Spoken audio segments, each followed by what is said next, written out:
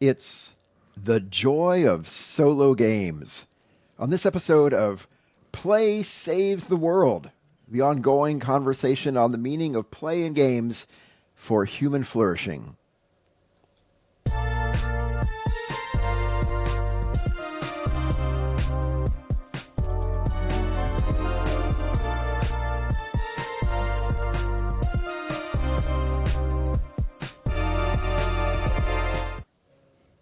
Hello. Welcome, everybody. Hello. It's amazing, terrific, spectacular to have you joining us today. Thank you for taking time to tune in to our little podcast. My name is Daniel Hilty. And my name is Kevin Taylor. And we are very grateful to you for spending some time with us today as we are talking about the joy of solo games. The joy of solo games. Kevin, you like solo games. I do Don't you? like solo games. I do. Yeah. They're a little bit different from the kind of games we often talk about on this podcast. We usually do multiplayer. So many rich experiences of gaming are connecting with others and playing and interacting, and so you're losing that bit. So it's a different type of feel. Yeah. And it's a different thing. Different beast, but it's still a game.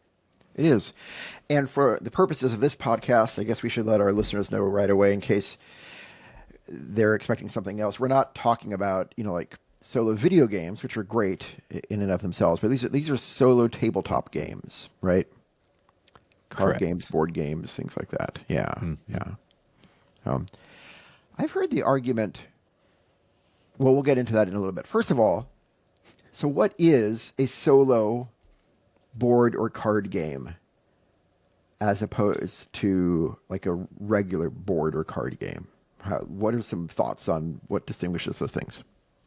There are two tracks here. Okay.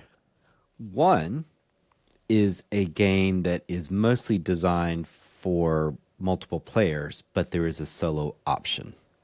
Right. Okay. And so often it involves, it's called a bot or an AI, which is a bit of a stretch because it's not actually has any electricity running to it. Yeah. Can AI exist without power is a beyond the scope of today's discussion. But Beyond the scope. It's a bit of an analogy to call it AI, but it's some sort of a bot or something, which is interesting because whatever's happening for that AI bot, I just did it. It can't see the board, right? So you either have to give it information or just assume certain things about what you're doing as it tries to make your life more difficult. Right. Or it just randomizes decisions, which isn't really very AI-ish either, like independent of anything you do. Right. Yeah. Yes. So it's assuming, or it's just, so it's picking cards if there's a card drafting, cards are being taken out, which is an issue. If there's only one or even two players, there's not enough card migration. What would you call it? Card disapparation. Like not enough cards are being taken from the Consumption? market. No, discarding. Consumption. Burning. Yeah. Burning Man. Elimination. The card edition. Elimination. Shredding. I'm going to shred through those cards, man. Shredded. Yes. So it's going to do things to make the game more interesting, more difficult, and to present a challenge. Often it's in the guise of a timer. So some games, like say Arc Nova, the main thing it does, so it's pulling some cards off of that market, the solo version, the base solo version, and it's also giving you a timer, like you have to get so many points in so many turns. Right. So it makes you be more efficient, and that's the challenge it presents. Otherwise, you're just kind of lollygagging. So that's the first type of solo game. Although we should also add, there are games that you can kind of hack and make them solo. And how does that happen, Daniel? Yeah, that's a good question. So yeah, you're right. Some multiplayer games have a built-in solo mode that the instruction manual tells you how to do. But you're right. Sometimes there are multiplayer games that don't have a built-in solo mode, and then you can find kind of fan-made solo modes on the interwebs. This is like the fan fiction of the game on the interwebs, especially if you go to a website that Kevin, you may have heard of, called Board Game Geek, Yes. boardgamegeek.com. Our One site to rule them all. That's right. Our listener, many of our listeners probably know this. Some of you all may not have heard of it before. I think we said before, it's not even fair to say arguably the definitive board game website. It just is the definitive board game website. If you look up a multiplayer game that does not have a solo mode on Board Game Geek, chances are at least fair that someone out there has created a fan-made solo mode for that multiplayer board Tries game. to hack it somehow. That's Some right. games simply can't. It probably is almost impossible, like an auction type game where there is secret information. You really need someone else making a decision that has secret information. Yeah, that's right. And so there are probably some games that are just impossible. I did try the solo version for Twilight Imperium 4th edition. Oh. And Was that fan-made? no, it doesn't exist. I just made that up. No, I think that would be okay. impossible. That would be. It would be absolutely impossible. That would take. I Yeah. mean, the It would be game insane. itself takes what, 3 or 4 manuals. So I mean, throw in another few manuals for solo mode. Yeah, well, there's just so many things to do. There's no way it would, it wouldn't know what the what are the scoring objectives, the public objectives. It wouldn't know that you're about to invade its home planet. Like, there's just no way. So some Right, games can't right. do it. Lots of them can, though, and there may be a fan made, there may be one in the box, or it may be a co-op game. And with the co-op game, little secret, you can pretty much almost always, I'm hedging my bets, just play 2 characters. That's right. And then Or it's a more. solo game. Yeah. It's a solo game. One of the most famous co-op tabletop games out there, Pandemic. Yeah, you just decide to play as the medic and the, I don't remember, sergeant at arms, or the I think it's the just circus medic. master, Wait, yeah. the medic Yes. and the There is a planner. Operations the- specialist. operations specialist. Because those are the 2. Then they tag team the board. Yeah. It's awesome. That's right. So then one turn you play as the medic, just- the next turn you just play as the next 2. one. Yeah, and Yeah, that totally yeah. works for almost all co-op games. There are some co-op games that have a little secret mission, like Gloomhaven. You can play 2 characters, but in theory, in Gloomhaven, you have your own secret objective, and that Right. so it breaks it just a little. But most people aren't playing it really. They're not too worried about. You're not playing Gloomhaven for the thrills of that secret mission. So That's right. Okay. Yeah. That's yeah, okay. Yeah. Right. So we've got multiplayer games that have a solo mode or fan-made solo mode. Yep. We have cooperative games you can play solo. Basically, you just play 2 characters, and then Then we there have are also like just solo games that are just designed to be solo games, right? Like right crazy. out of the gate. Crazy. It is. Yeah. It's the only way to play it. The only way to play it. Now you could, and with these games, you could like take turns. Like you could do it with 2 people. I mean, there are ways. Like you each take a turn, or some games are kind of soloish, but they might have multiple people, and so you take turns as a person within the game. I'm thinking of Sleeping Gods or something like that. You have a crew. Yeah. And yeah. if you're playing by yourself, you may have all 8 characters, and if you had 2 people, each of you get 4 characters. Right. And you're right. kind of divvying up who kind of does what. But yeah, there are some ways where it's almost soloish, really, Yeah. Yeah. in the sense that you're not playing distinct characters vying for their own points. Yeah. So the thing I was thinking about at the beginning too, that I alluded to and then pivoted away from, is this question of I've heard the argument that essentially a solo game is always really just kind of a puzzle. It can almost be described more as a puzzle sometimes than as a game. And we might Our just be friend getting Jordan into hates that, I think, but semantics there. Yeah, dear Jordan, one of our most faithful listeners. Hey, Yes. Jordan. Hi. Yeah, what are your thoughts on that? I think it's kind of true, and I think it's fine because puzzles are great, and it's still a. I mean, a puzzle is a game in the sense that there is a win condition, right? Yeah, yeah. That's right. So That's can right. you ever put it together or not? Yeah. Yeah, it is more of a puzzle just because, yeah, you're either running against a timer or you are, so it's like a Rubik's Cube type thing. You're trying to see how quickly if you could solve it. I can't, but I get the idea, pattern recognition, whatever. And so you're just trying to see how fast you can do it. You can do that with a puzzle. You can do that with a board game. How many turns can you get?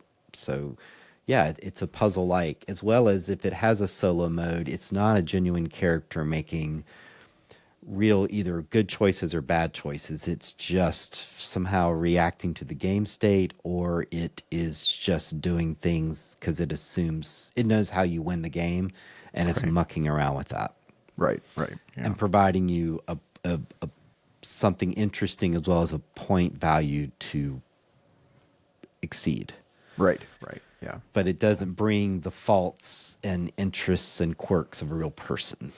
Right. And so the trick with some of these solo games is you might know how the solo game works, and then you really can game it in a sense, right? Yeah. Yeah. Yeah. Which then Or kind if of becomes it's- part of the puzzle again. Yeah, part of the puzzle is you know how, or if it has a little solo mode, you know how that little bot functions. And so it really comes about hacking the bot less than playing the game in some Yeah. ways, Yeah. I think. Which Yeah. is, but that's fun. That's the puzzle. It That's is, what's it is, rewarding. Yeah. Yeah. Which maybe Getting the brings tempo us to it. yeah. And that brings us, I think, to some of the benefits of solo gaming. You and I have Los benefitos. I like that. I This don't is something think, we have I don't know if done. that's a real palabra de español. I just coined it. I like, maybe it's in, Why do you coin words? how do you, What is coin? think- What does a metal disc have to do with a word? you mint it like you're mint? like you mint a coin, and you mint a new word, maybe Do you? Okay. etymologically. Is that how they're connected? Right. I don't Or know. entomologically, like the roaches. Or Bring us entomologically. the insects bring us the words. You know who really loves a deep dive into word studies? The renowned entomologist. The Japanese beetle. Yeah, they're great. They love. They love. We have a Japanese beetle out here that's been attacking our cherry tree. Just one beetle. Just one. He's a really big Japanese beetle, Really angry. and he's like the size of a small dog. Daniel, And- I think it's actually a rhinoceros. It's not a Japanese beetle. But I distract it. But we have learned that it won't attack the tree if we engage it in word studies, because it loves word studies. Yeah, I just yeah. love the word study. Yeah. It's a deeply, it's a You fascinating. give it a rune. Give it a rune. Give it a rune. Rune studies. It's really happy with the rune. Yes, there are benefits of solo gaming, Daniel. And tell me Yes. about, what are your thoughts? Yeah, well, I think the first one is just kind of what you were talking about. That part of the joy of solo gaming is just improving your skill in it, right? I mean, just there's a certain satisfaction in self-improvement in any area, right? Including Right.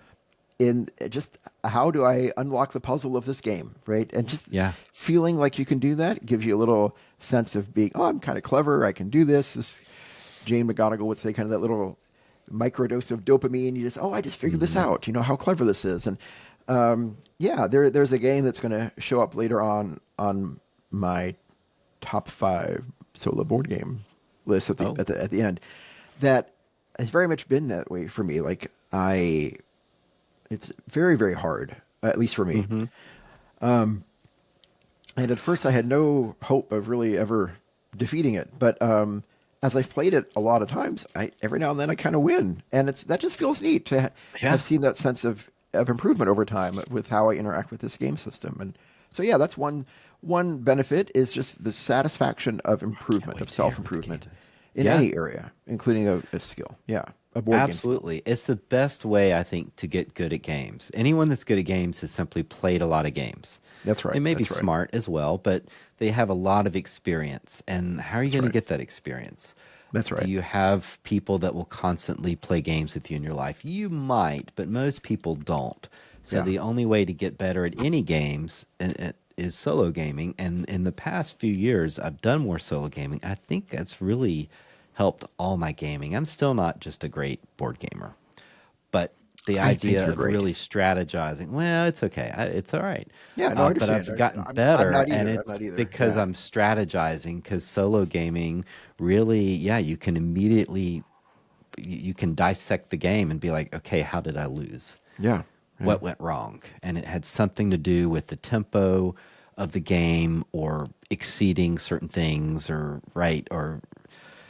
not being efficient, and you get to try again and again and again. It's like that Doctor Who episode where he had to keep breaking that's so good. when you That's so had to good. keep The time loop. the time To- loop one. Self-improvement over Yeah, millions of years. Yeah. which is like the Tom Cruise movie. What was it, Edge of Tomorrow or something, where it's a similar bit where he kept getting reborn. Yeah. Yeah. He had to memorize. It's kind of like the Groundhog Day premise, Groundhog. right? But in a It's the cooler. same thing. Wait a minute. Yeah, so practice makes perfect. And That's right, you see that's someone who right. plays the piano well or plays board games well, it's all the same thing. They've practiced a lot. And so, Yeah, yeah. this is how you get better at games, is playing a lot, and solo gaming is the easiest way to do it. All you That's need right. is time and a table. That's right. Practice. I like it. Practice, yeah. So that's one benefit. What's Absolutely. another benefit of solo gaming, would you say? Oh, solo gaming, it's so great to explore a game. And I'm going to get to some of my other thoughts, but yeah, you get to explore a game at your pace. So it's a Yeah, game you don't yeah. know, or you want to try something out, and Yeah. you can pause, you can go to the bathroom, you can go pour yourself a Diet Coke. Yeah. You don't have to worry about anyone else. It's like the joys of traveling by yourself or eating out by yourself on occasion. You just get to do whatever you want, and you don't have to worry about Mm-hmm. Yeah. anybody else. Yeah. And so you can explore a game and its mechanics, and you're not stuck with responding to someone else's actions in the game. You just do what you want. Yeah. And yeah. it's the best way to learn a game. It really is. Is to sort of play it solo or play two hands and just try to get your head around the game. Unless it's Twilight Imperium, right, Daniel? Kudos to the person who can play Twilight Imperium solo. That's right. Yeah. No, I love. Because you tried it, remember? I You did- said I did you try to do You that, did and try I to failed play two miserably. hands. You're like, yeah. Yeah. No, I think I tried 3 because it's a minimum of 3, and I was Yeah, I had a that's massive too table much. set up, and I had to go around the table because you can't just keep it all in front of yourself. So I had to like move to the different spots, and they found me collapsed on the floor in the morning. It Right, was right. tough. But I love that. That's a really good point, and that makes me realize there is kind of another form of solo gaming we didn't mention at the beginning, which is what I think I heard you just say, and something that I do almost every time to learn a new game, a multiplayer game, is that I just play two hands, two players of the game against themselves. And like you said, some games you can't do that, but so many games you can. And so whenever I get a new game, before I play it with anyone else, I try to play just a really simple 2-player game Yeah. against myself, so I can learn how it works. So yeah. That's a great idea. It's a great way to get to know a game. Right. I like it. Or it may have a solo mode, and you can just play the solo mode and at least get the rules set down and figure out the tempo of the game. So yeah. Yeah. Except, go ahead. No, you go ahead. No, I was just gonna make a silly joke, which is uncalled for in this podcast. Go ahead.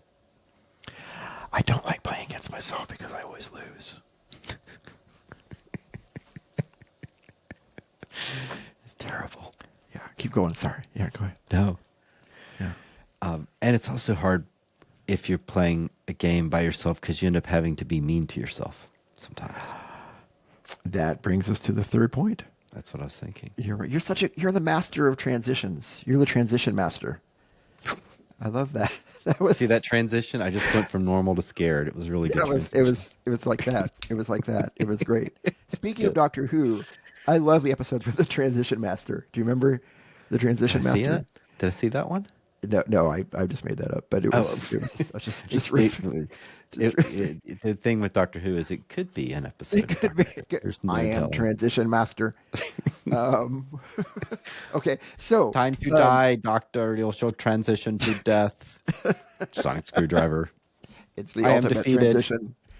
Um, so yeah, you're right. So so another benefit of solo gaming, as you just alluded to so well, transition master, TM, as I like to call you for short, is that it avoids the whole awkward "am I being mean to another player" thing, right? Right. Right. And you and I have talked a lot about this before, and you have such a wonderful perspective on this, Kevin, which I really Oh, admire and appreciate and aspire to. You know, because the truth is, and there are players, of course, who can take it too far. But yeah. if you're approaching a game, I think we would say in the right way, in the helpful way, in the healthy way, it's not about being mean to the other person. It's just about following the mechanics of the game, which you need to do in order for the game to be Right. a viable experience for everybody. But there's still oftentimes for some people, including me, Especially Daniels. um, Yeah. this sense of like, "Oh, I'm being mean to somebody, you know, like Mm-hmm. I don't want to be mean to this person." I just came. You and I were talking before we started recording. I just came from a conference where Play Saves the World gave some presentation. Yeah, shout out to the Pause Play conference for clergy in Kansas City, and that was what some of the participants talked about, that they just they don't like games because you just feel like you have to be mean to somebody, and I can understand that. And so you avoid Yeah. that whole thing when you do a solo game. You're not being mean to anybody. No. I mean, there have been some solo games that's a multiplayer game, but it has a solo mode, and I just double down on really mean, aggressive strategy in playing the solo mode, because I know I'm not I'm not Yeah. I'm not grinding down anyone. I'm not wearing down anyone. It's Right. just the Right. mechanic of the game. Yeah. What? Sorry. Or you're grinding down the AI chatbot, Right. the Chat GPT chatbot. So you're beating on this little bot thing that solo mode, and who cares? It's not a real. It's not it's not a real person. It doesn't have That's right. feelings because it doesn't have a central nervous system. So you're okay. You're all That's right. right. That's right. There's no Yeah. there's Yeah. no mechanism for pain, registering pain within the cards. So So there was that one yeah. time the meeple cried a little tear, one little tear, when I was really mean to it. No, It was that was a dream, Daniel. it was true. Okay. It was a dream within a game within a dream. Yes. Yeah. No, it's this off topic a little, but the meanness factor is interesting. I think what would really be mean is someone targeting someone, and it's not in the spirit of winning, or I mean, I know what you're Yeah. saying, and Yeah. I'm okay with going after someone a bit within a game, but not exclusively. I wouldn't want to, like, if it's a game where you're kind of fighting, if I kept picking fights with you, with my meeples or characters, that would seem mean. Or if I simply want to take points from you, but it's not going to help me win the game, that would be mean. But anything Right. else within a game, I don't know. People are probably used to Monopoly, where you really do win by eliminating others. But there's so many other games like Root or something where, yeah, you can call. I mean, you do. There's attrition. You're basically taking a point off each other constantly Yeah. to slow Yeah. them down because you're racing to 30 points, and that's just the nature of the game. Yeah, Yeah. and I don't Yeah. blame anyone for that. And boy, it's a great comeback story if you can still win the game, and Yeah. I've seen Yeah. people do it.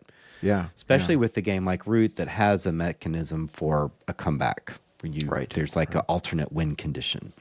Right. So that's the best win of all, is someone beat up on you and you still won. But And as the long best. as it's in service of winning, it's okay. It's fair. That's It's part right. of the game. And a lot of the It's really. like chess or something.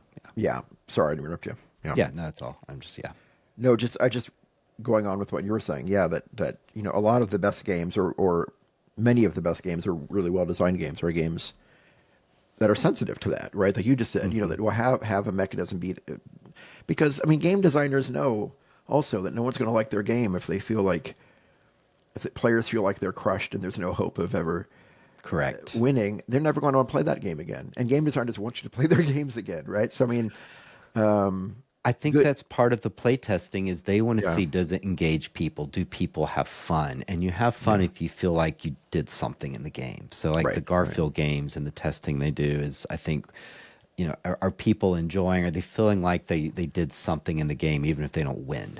That's right. That's right. So they've accumulated resources, they got more powerful, they have a story arc. And yeah, you want that. You don't want Monopoly where you just get whittled away till you basically are bankrupted. So I think a lot of this is the shadow of Monopoly. It is. It is. Or maybe Risk or something. Yeah. So yeah, so it's player elimination is not fun. But if you really don't want to cause other gamers pain, as Daniel doesn't, then the great news is there's Euro games, and that's some of Yeah. the best games out there are Euro games where you really have minimal player interaction. That's right. That's right. Yeah. You But basically as I like to say, the problem with it is there's a lot of pressure to optimize. There's Yeah. no dice or crazy battles that might win it, and that makes the game can be a lot more frustrating in my opinion. Yeah. Yeah. No, I think Because that's Lady fair. Luck can't shine on you. It's all like, well, I messed up 3 turns ago and now I've lost. Right. Right. So In that's some not ways, fun to me. yeah. Yeah. Yeah. Winning or losing at a Euro game, it can feel like it's more tied. Some people can tie it more directly to a sense of like self-worth and value. I Whereas a think I lucky got on game, that path strangely. yeah, yeah. Like you said, a more Because like I'm luck-based saying, game. I'm not just the best gamer. And so yeah, Right. I'm like, Right. how the heck did someone get 100 points in this game? I got 20. Right. Right. Right. Which is But if how I almost. roll a d20, there's a 1 in 20 chance I'll get a 20 and I win. Yay. That's right. So Yeah. that's kind Yeah. of fun. Yeah. No, you're a great advocate, evangelist for the joy of luck-based games, and I like that. Oh, You thanks. make a good Thanks. point for that. Well, Yeah. it's the some of the most memorable gaming in my mind has been, which is a redundant saying, but I'm getting at like the things that stick out are when the luck Yeah. has altered the game, and then everyone's surprised, and you're like, wow, Yeah. that's the moments you remember. There's Can't. that bit in Netflix and Stranger Things. Oh yeah. Yeah. Yeah. I forget season 1 or 2, but they're famous playing the D&D D&D and scene. they Yeah. have to get a 20 and she rolls a 20 and he just goes, "This is why we play." Like Yeah. we play Yeah. for this one moment that happens Yeah. once every 10 years where you get the exact roll you need, and that is Yeah. thrilling. Yeah. No, you're Yeah, right. and a Euro game just can't deliver that. I don't think. No, no, you're There's things like it where you just play your best game, but it's not, the thrill is not there, I don't think. no, you're right. You're right. That's a great point. Anywho, but moving along, yeah, it's solo games means you don't have to be mean to others. It also means that you just get to play a lot more games. Yeah, yeah. You don't have to Unless- wait for a group. You don't have to wait for a group. And again, there's some people that have a significant other that loves games as much as they do, and so they have a constant gaming partner. And there are people out there like it, but I think they're more of a minority. Most people, opposites attract and all. Or tastes are different in games. If you want to play some games and you don't have anyone else to play those games, solo games means you get to play them. That's great. Yeah, that's right. That's right. Yeah. games. Yeah, I love that. Yeah, it's a good opportunity to explore other titles that you don't have to gather a group together or wait on someone else to do it. Yeah, and do yeah, a teach, I love it. and people are just like, oh, Yeah. most of us board gamers, the thing we often hear is another new game to learn. Right. And so you don't have to hear that. You can That's just right, that's learn right. the new game you want to learn. So it's There is pretty something I think you'll find in many hobby board game fans that just the certain that love of learning new rules, which awesome. Yes. if for folks who aren't necessarily big fans of hobby board games, that's not quite as something that brings them joy as much as You have to have a others, love yeah. for the mechanisms and seeing how the board Yeah. board Yeah. game designers solved certain problems or introduced a certain mechanism, and there is a delight in the hobbyists Yeah, in seeing the mechanisms work together. It's like taking a watch apart and seeing how the parts work. yeah. Yeah, and lots of people, the normies out there are like, oh, this, yeah, and they're right. They're right. Yeah. Yeah. Well, what about Well, some other thoughts of yes. benefits? So another We've benefit given of solo 4. gaming that I have found is it can be kind of a meditative practice. Hmm. At the end of the day, and now this is, I guess, the opposite of what we were just talking about. This meditative practice of playing games is not easily achieved by learning a new game every night, right? This is Hmm. something that comes about by playing a very familiar game, right? Right. Where in some ways you don't even have to think about it, like you just. Uh, I have found that to be very peaceful. Sometimes at the Hmm. end of a day, it just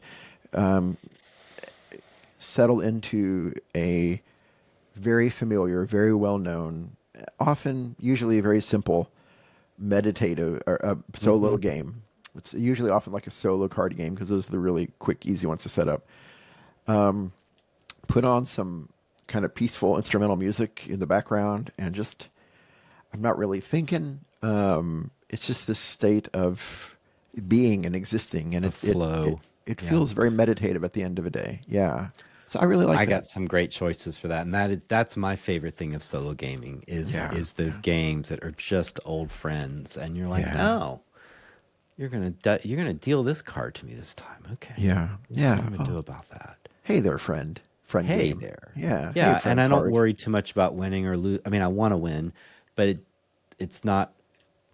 I've won enough in the past that it's more of a curiosity. Where I Yeah. think that's the meditative nature of you're like, well, let's see what happens when I play this time. If I do this, yeah. Yeah. Yeah, yeah, And some games I that's think are great. designed specifically to be meditative practices. Like I'm thinking Absolutely. specifically like a Gentle Rain is a really popular Yes. solo game Yes. right now that's designed to be more of an act of meditation. Although that is one I like to play with another person, just because there's Really? that joy of discovery. Yeah, you just each take a turn. That's cool. That's cool. I like that. And because it's meditative, you can almost chit chat about things. Yeah. Yeah. Like you don't really have to talk about what you're doing, but you're both watching Mm, to see mm, like, oh, we got the mm. yellow lily pad. So Oh, yeah, that's cool. that's a That's good one. cool. That's a good one. I'm with you, meditative. Yeah, this is a similar bit from earlier, but with the solo game, you can take your time or not. So if you want to Mm, stop and go eat a sandwich, you don't have to coordinate with others. You don't have to try to take your taking the bathroom break in a way that doesn't yeah. make Mess everyone up have to everyone else. wait type Yeah. thing or mess up the flow of the game. Yeah, I mean, you can just kind of do what you want when you want with the solo game. If you want to start the whole thing over, I mean, it's just a real freedom with that. That is That's really awesome. nice. Yeah. Yeah, They, yeah, sometimes in the board game world, you'll hear of this phrase. I know you know it, Kevin, but just if our listeners haven't heard it before, called analysis paralysis. This idea of like yeah.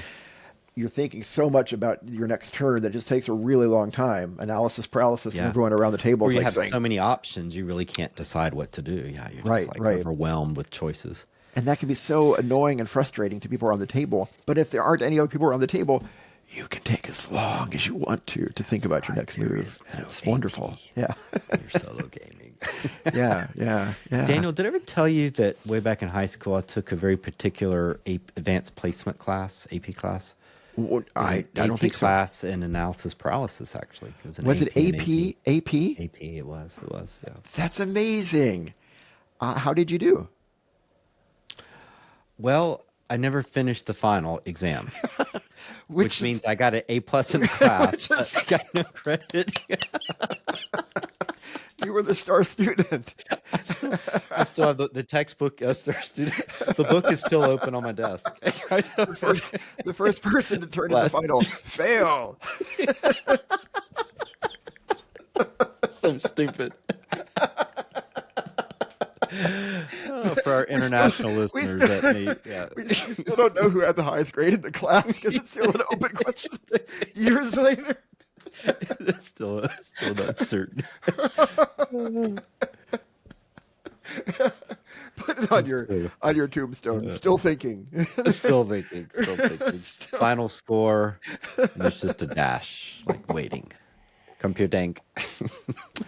I love that you Yes. took AP. Yes. AP. That's It was great. good. It was a really good class. I learned some things, but some things I never got to because we didn't finish. Yeah, Well, it's that's so because I think actually I forgot about that, but I read about the advanced placement analysis paralysis classes in the Associated Press.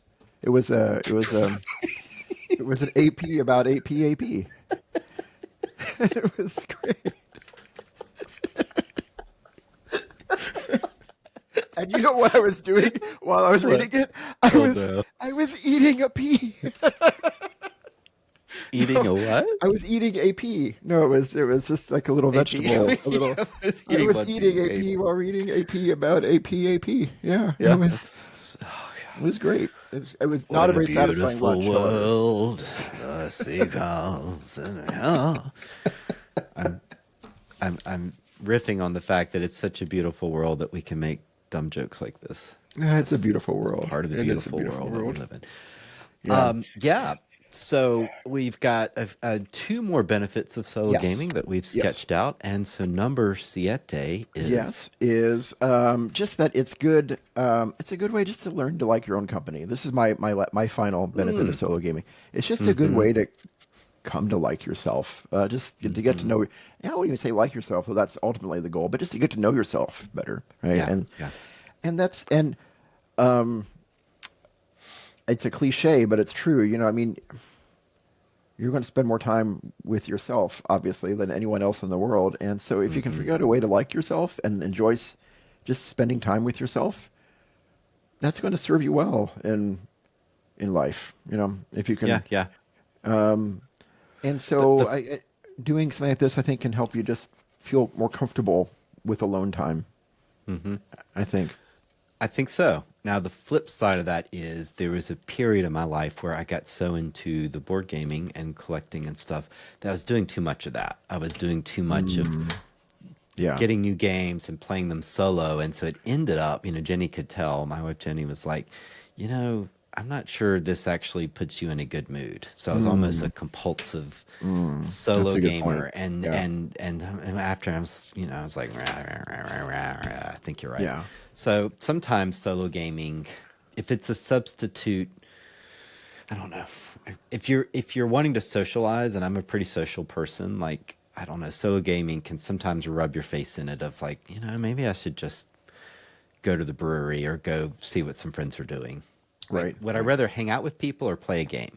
Right. At one point I was like, I got a game because I got this game I got to play. I want to figure it out. But I think it was actually making me unhappy. Yeah, But that's a good me. point. That's not you. That's me being more of an extrovert and being a pretty social person and having no concept of social anxiety. I got other anxieties, but the social anxiety, one of them, So I enjoy talking to the people and gaming and things. So yeah, that's the one thing solo gaming taught me is that I have to be careful of solo gaming.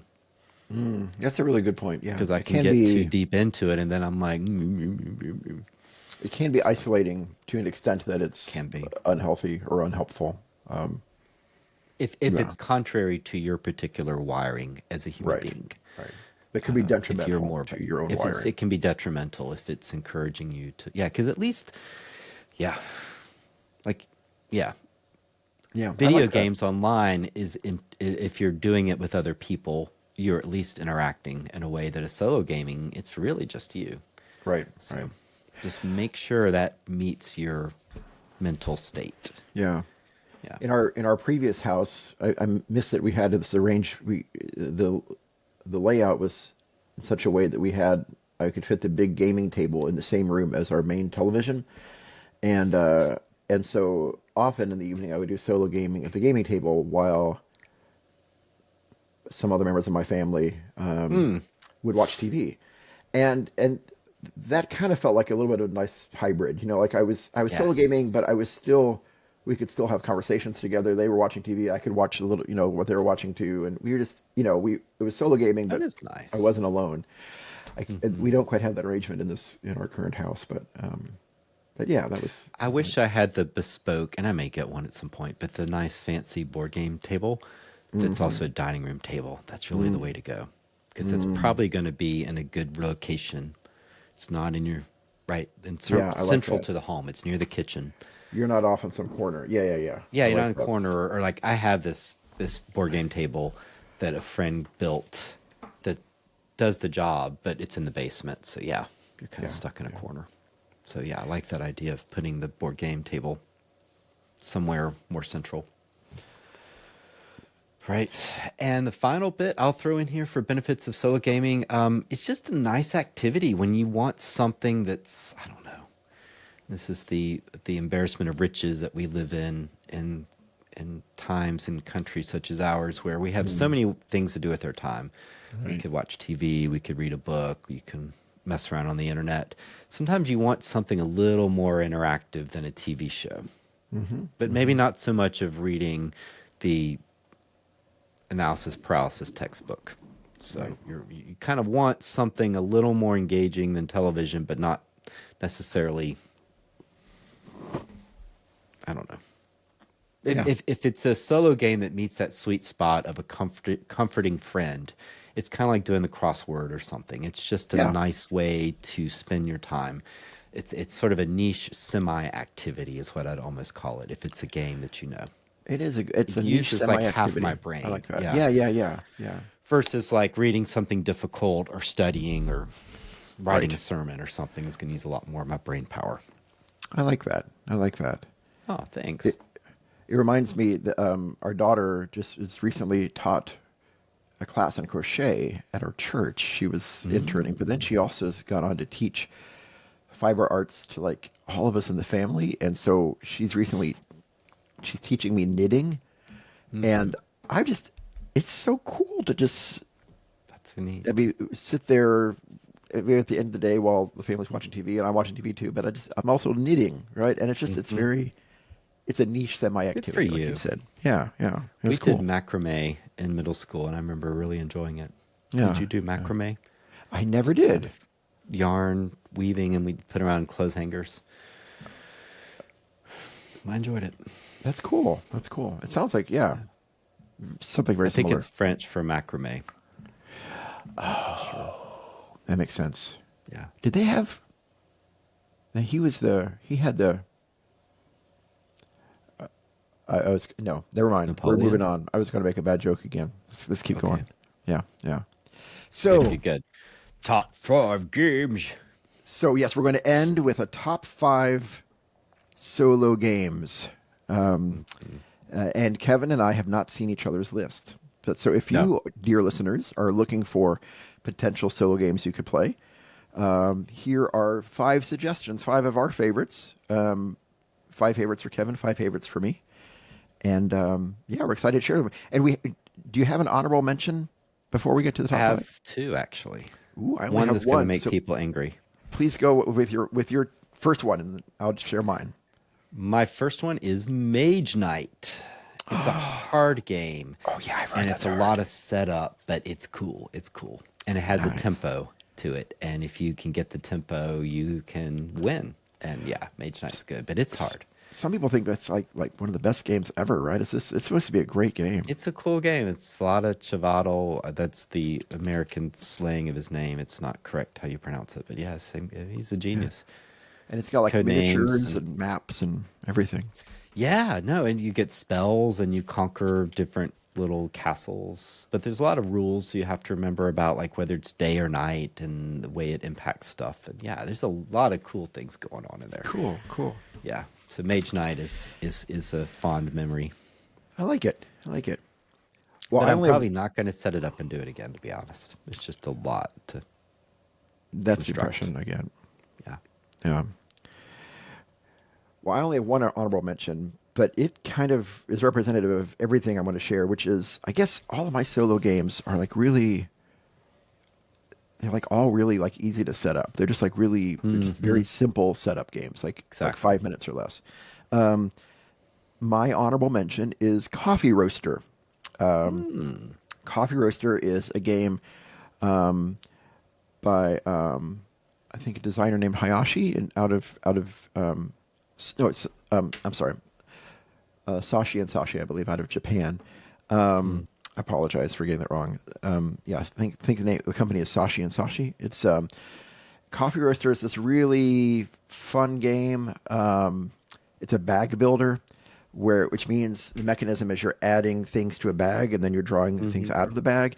And in this case, you're adding different coffee beans into a bag, and then you're pulling out the coffee beans, and you're trying to achieve this perfect cup of coffee. It's been a while since I've played it, but I really like Coffee Roaster. It's a fun solo bag building game that you can, and also almost all of my games except for one you can knock out in half an hour, and this is one of them. Good Yeah. for you. Good for you. So My other honorable mention that I think will annoy some people because they really love it. I do like it, but I think for me, it was a kind of, once you played it, you've played it. And that's Final Girl. It's really fun. It's great. I really like it.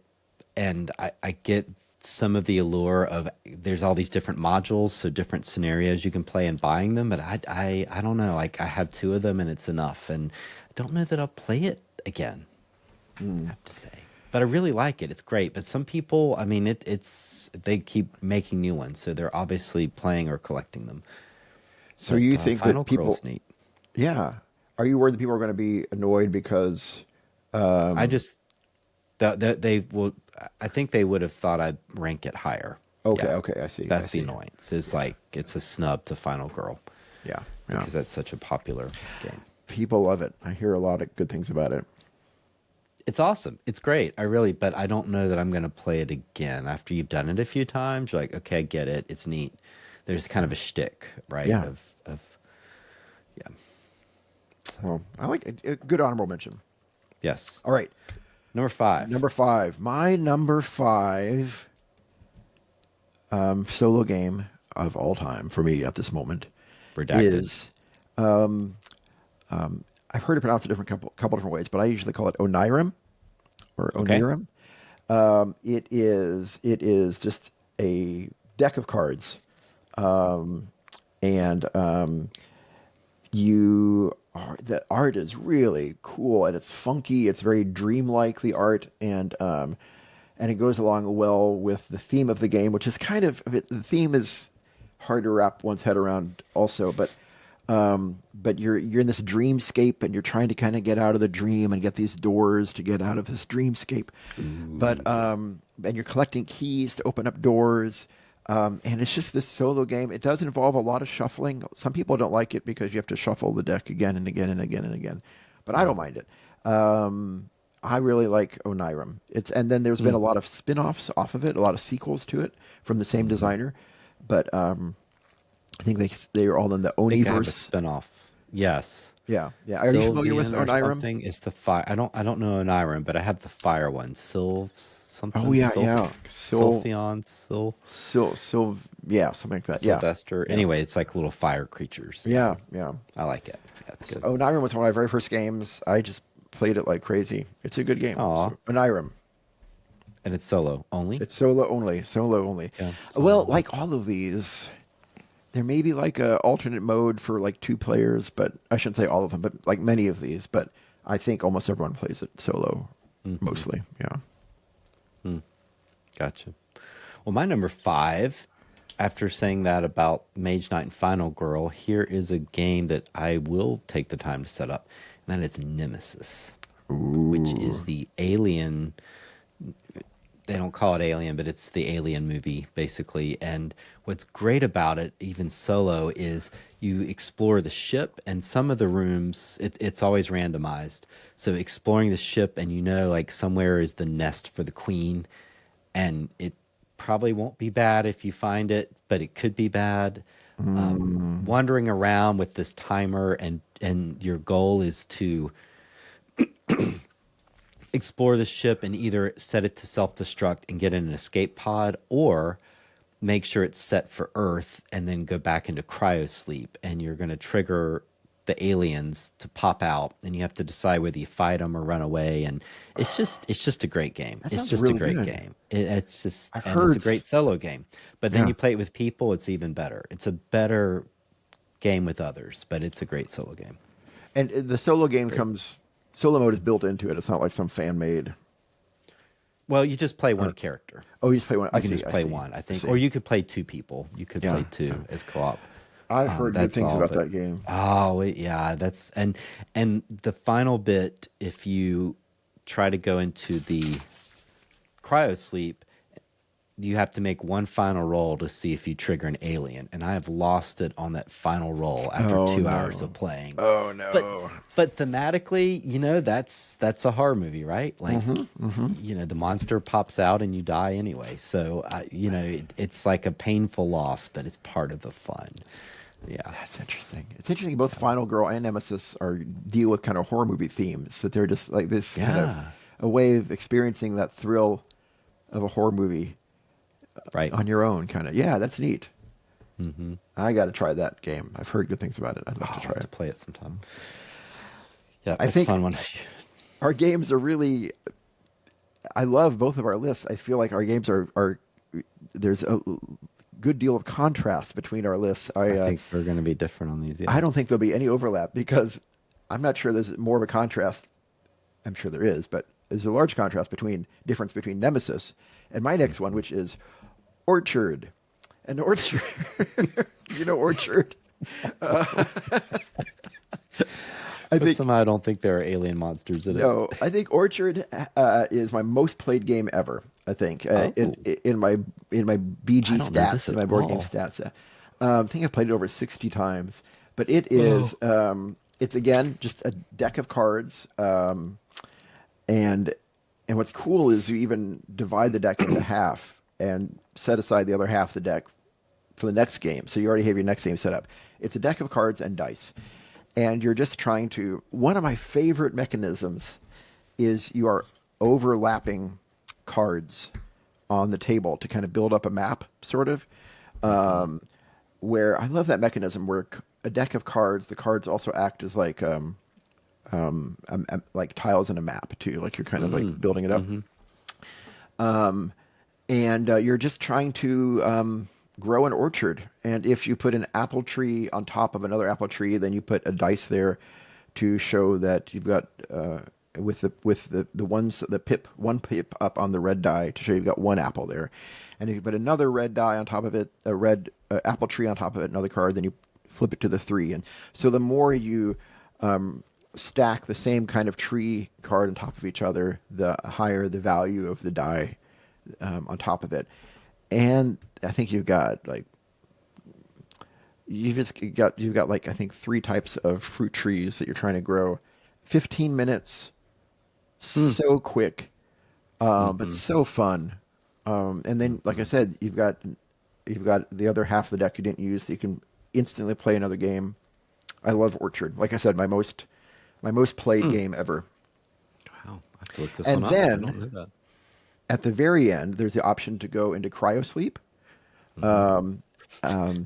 to try to avoid the aliens that come out of the apple tree. I think they stole that from Nemesis, but it really works. It really works. Didn't realize that until now. Yeah, it's I think It's all right. Everything's a remix. It's okay. That's right. It's okay. Anyway. My number 4, and I have such fond memories of it, and it's actually, I'm going to name 2 games, but they're very similar. Hriens Wall or The Anarchy. Both by the great designer Bobby Hill. And there is a way to play it with others, and it would be meditative, and you can, but most everyone's playing it solo. It's kind of like a homework type. It's a roll and write or a flip and write game, and I've just had so many. It's just fun. It's just a great game, especially because there's a solo campaign for both of them that gives you different challenges, so that keeps it from getting stale. So it's a playground. There's lots of things you can do. Like in Hriens Wall, you're building your wall, and you can then invest in certain things, like you can have circus fights and gladiator fights and the kind of stuff. But you can't do it all, so you have to pick. And the campaign will force you to do parts of the game that you probably have never tried before, because you figured out a strategy that kind of works, and the solo starts messing with it, because it's like, in this one you can't do that. And it's just fun. It's just great, especially if you're like me and you enjoy a cigar. To set up outside and have a cigar, and the game, once you've got it set up, is probably about 45 minutes. Yeah. Okay. And that's about a cigar, Okay. a normal size cigar. They do vary in size. how much time you have. But yeah, it's just such a relaxing moment to do that. And the Anarchy is similar. It's a different setting, and it's harder, and it's got some newer concepts, but very similar game.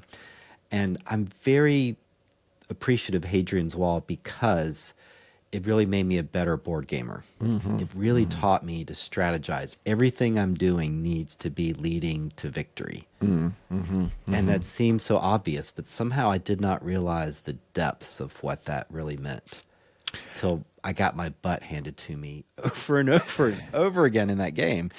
And you just cannot misstep, and it's so good. I think, as you've said in previous episodes, so oftentimes with games, and there's nothing wrong with this. There's just the appeal of like, ooh, I want to try this new thing. Ooh, I want to try this new thing. And all of that's great, but it's not necessarily geared toward winning the game. No. And that's how I gamed for so long. I was like, I want to try this because it seems awesome. Right. Yeah. You can do that as an experienced gamer. You just have to know what you're doing. Yeah. If I do this, then my strategy must go this direction. Hadrian Wall is a great. I haven't tried Anarchy, but Kristen and I, my wife, and I have played Hadrian's Wall a lot, 2-player, and really love it. I've never tried it as solo. That sounds great. I bet that's wonderful.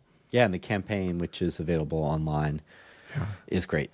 That's so it'll cool. give you certain win conditions, as well as it may rule out like you cannot use this section of the game in this particular scenario. Yeah, it's a great one. What is your number 3, Daniel? And my number 3 is probably it is the heaviest of all of mine. It's still a 5-minute setup, and it's a very new game. But man, I love it. I really like this game a lot. It's very new. It is, and it's not designed for. It's not only solo. It's designed for multiplayer as well. It's Vantage. This new game by Jamie Stegmaier out of Stonemaier Games. Yeah. I love this game. It's so good. Again, Jamie. This is the heaviest game for sure of all the ones on my list.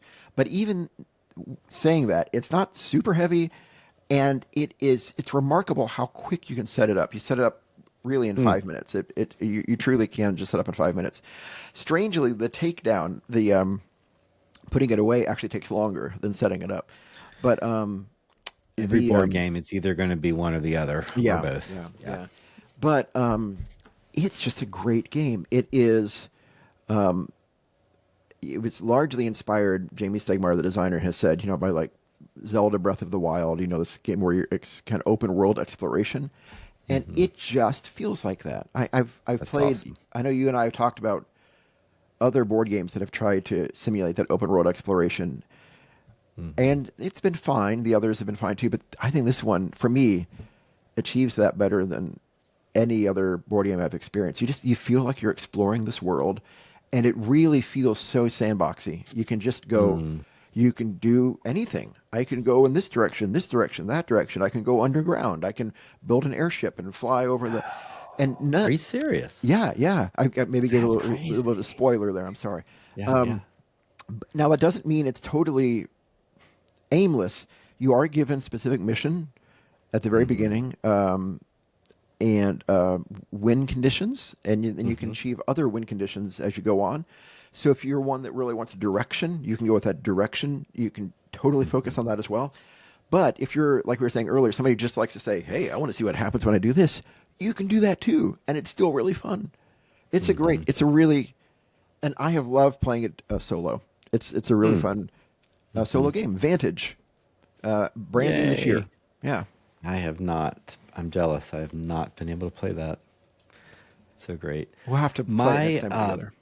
Yeah, I'd love to. Number 3, Frostpunk. Frostpunk is so good. In fact, I've been thinking about it recently. I need to set it up. It's a lot to set up. It's a big, audacious game. It's another Adam Kwapinski game, who also did Nemesis. And Oh, he's a really? I great didn't know that. designer. Yeah, Oh, yeah. okay. And it's based on a video game, actually, Frostpunk.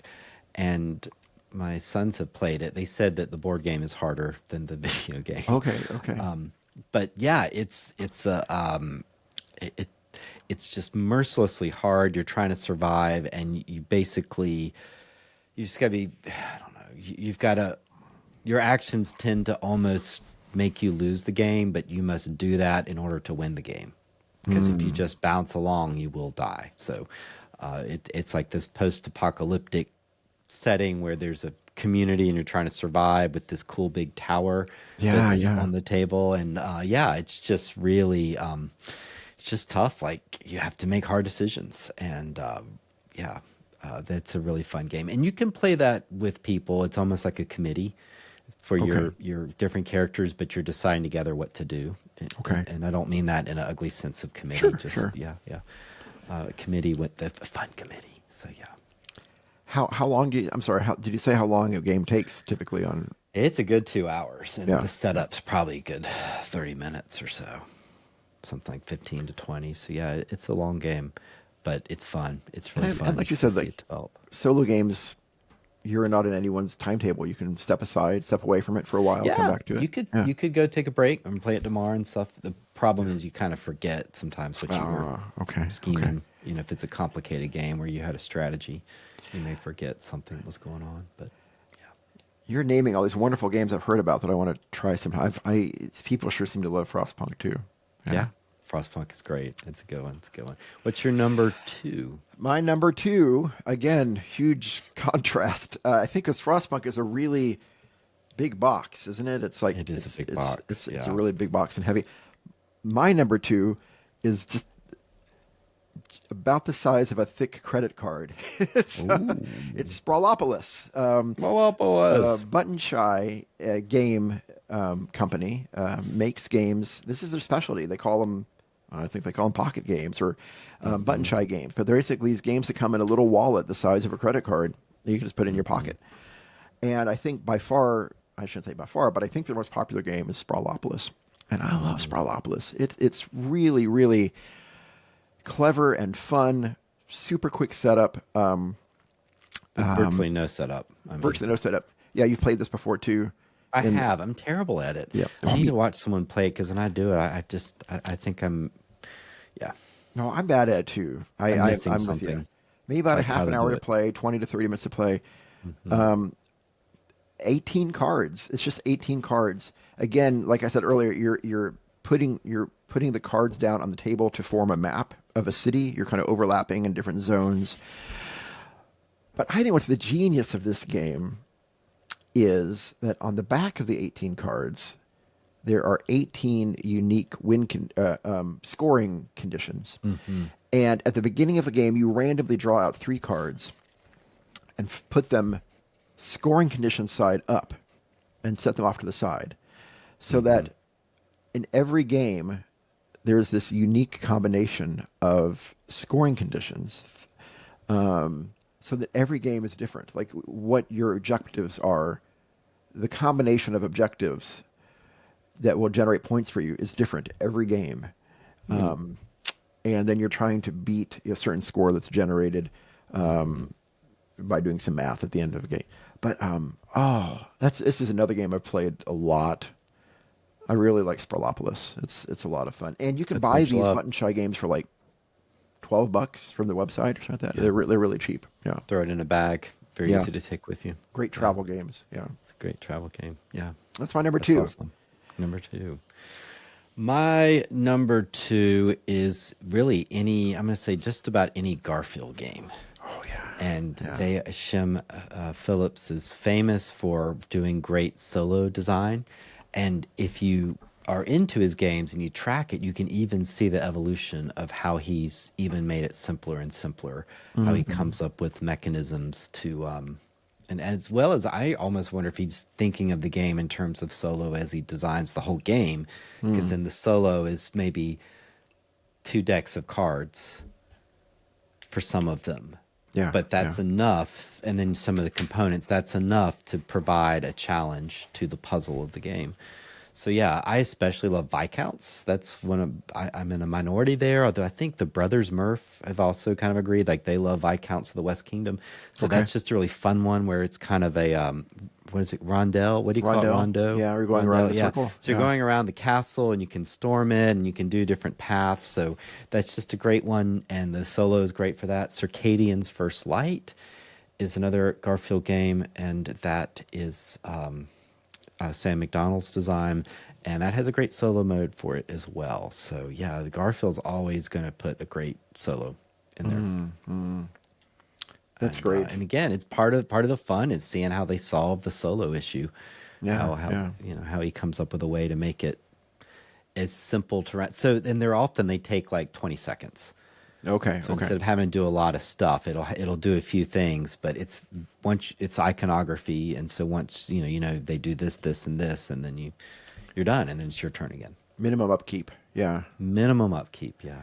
It's interesting What's you talk your about how it evolved. Yeah, solo games Yeah. really have evolved. Anyway, but yes, you can tell a lot of Yeah, thought have gone. yeah. Well, has because gone into people it. expect, and the standards are high. So Yeah. My number one is a game I just recently came across, bought the intro version of it, fell in love with it, and then bought the deluxe version of it, which is still really cheap, relatively speaking. And that is Puzzle Dungeon. Puzzle Dungeon. This is a game you can only get off of Etsy. It is really so awesome. Yeah. This is a designer. I think he's out of Ohio.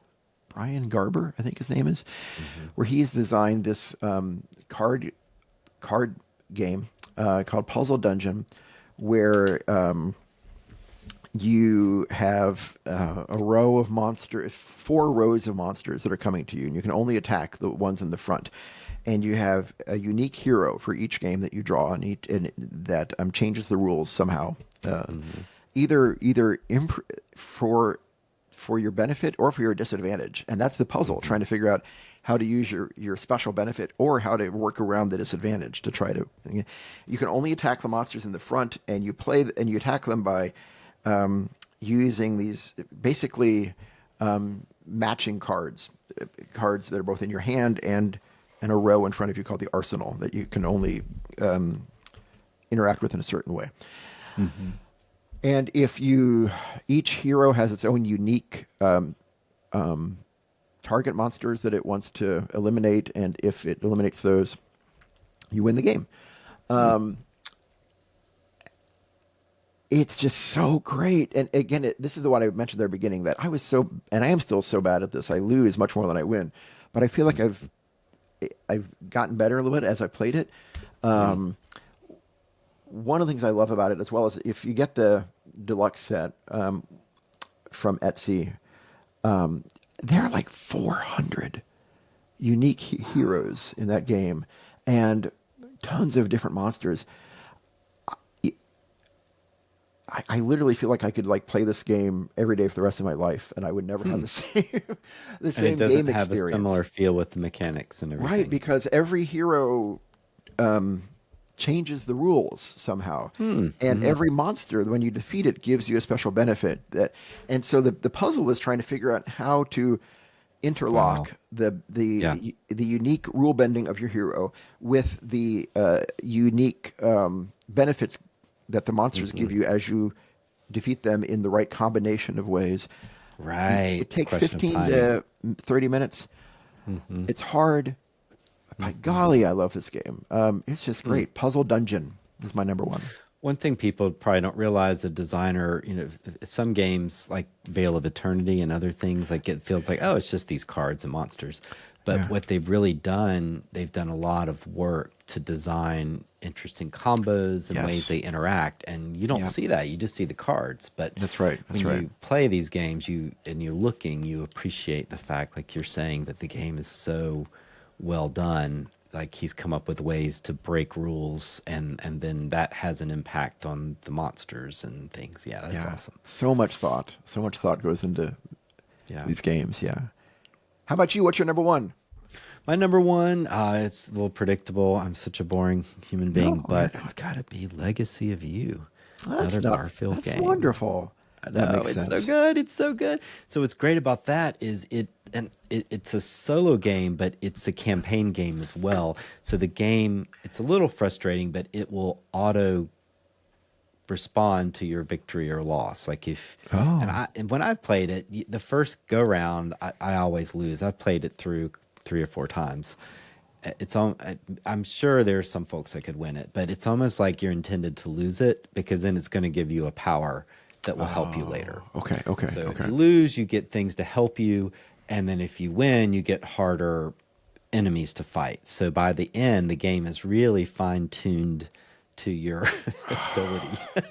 How clever. And it's just really Yeah. fun. It's very explosive, and you're recruiting people to help you, but you can dismiss them to get extra stuff.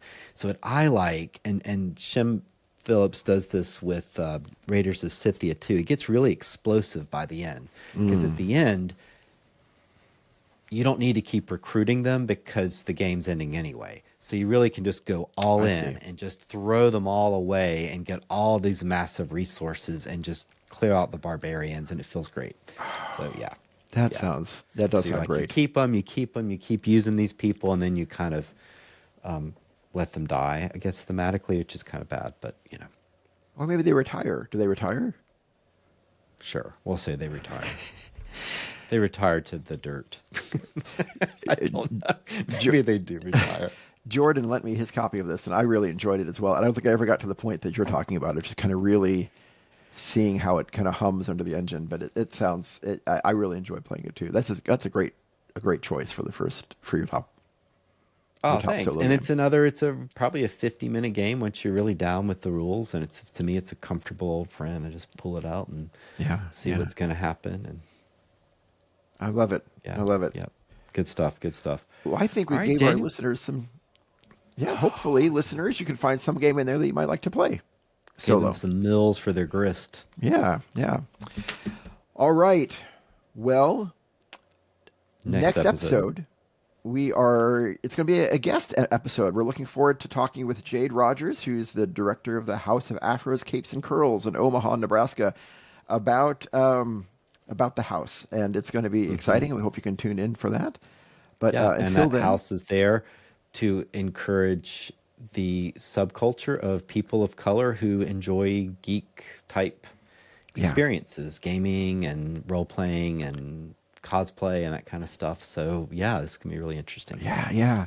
In her interviews, she's talked about the importance early on for her of creating a place where it felt safe. In her words, it felt safe to be black and nerdy at the same time. And how cool is that? Yeah. So That. And it's true, because when you go to a board game convention, it is very white. It's less male in my experience than it used to be, but it tends to be a lot of white males, and that's great. That's great. You can't help but be who you are, but you are aware and sensitive that there are other people that would like a similar experience, like to not be the only ones, or be, to be different, be able to be themselves and not feel so overtly the minority. And so that's what this sounds like. Jade Rogers and others are doing, and that's great. Really looking forward to talking to her next time. Kevin, how can people get a hold of us? They can get a hold of us at the internet and through Instagram at Play Saves the World, or at playSavesTheWorld.com.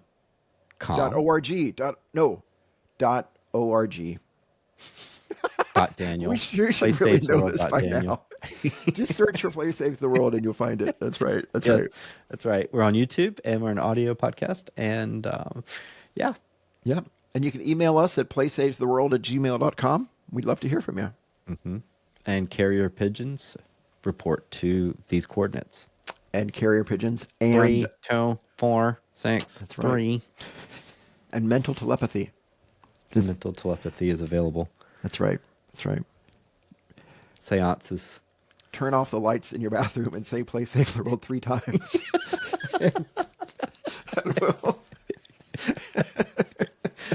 You get tired of that, say Bloody Mary 3 times, and That's right. you will exit the game.